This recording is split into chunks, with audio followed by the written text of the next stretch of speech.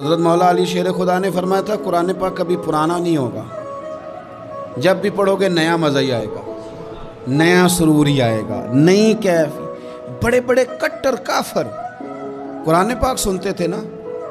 ایک دن عتبہ کہنے لگا ابو جہل سے اور دیگر لوگوں سے کہ بڑی ہو گئی لڑائی، بڑی ہو گئی بحث، اس طرح کرتا ہوں میں جا کے نہ تو محمد ابن عبداللہ صلی اللہ علیہ وسلم میں جا کے بات کرتا ہوں حضور سے۔ عتبہ آ گیا، کہنے لگا میں مذاکرات کرتا ہوں۔ سب نے کہا چل تو سیانا آدمی ہے، سمجھدار ہے، چلا جا۔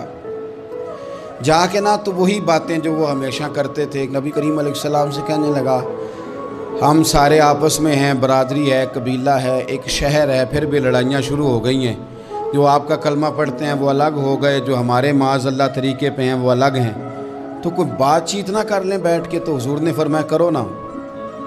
کہنے لگا اگر آپ سرداری چاہتے ہیں تو ہم دیتے ہیں، اور اگر آپ مال و دولت چاہتے ہیں تو معاذ اللہ ہم دیتے ہیں، جو آپ کہتے ہیں ہم کرتے ہیں۔ کسی طرح کا بھی آپ کا مطالبہ ہے تو ہم پورا کرنے کو تیار ہیں، تو آپ بتا دیں ہم وہ کر دیتے ہیں۔ وہ بڑی اس نے لمبی چوڑی تقریر کی، جتنی آفریں گنا سکتا تھا گنوائیں۔ کریم خاموش رہے۔ جب اس کی بات پوری ہو گئی تو حضور فرمانے لگے میں بھی کچھ بولوں؟ کہنے لگا بولیں۔ میرے نبی پاک نے قرآن پاک پڑھنا شروع کر دیا، چند آیتیں پڑھی، کھڑا تھا بیٹھ گیا، پھر اٹھ پڑا، کبھی ادھر جاتا ہے کبھی ادھر آتا ہے۔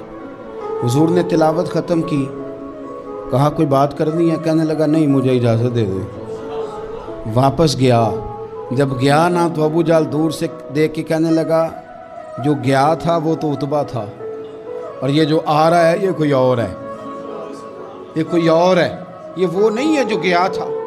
واپس آیا تو کہا کیا طے ہوا؟ کہنے لگا یار طے کیا کرنا ہے، میں نے شاعر بھی دیکھے، کاہن بھی دیکھے، جادوگر بھی دیکھے، میں نے زمانہ گھوما ہے، پر جو قرآن وہ پڑھتے ہیں وہ بندے کا کلام نہیں، وہ رب کریم کا ہی کلام ہے، وہ اللہ کا کلام ہے۔ تم نہیں مقابلہ کر سکتے، تم باز آ جاؤ، وہ تمہارے بس کی بات نہیں۔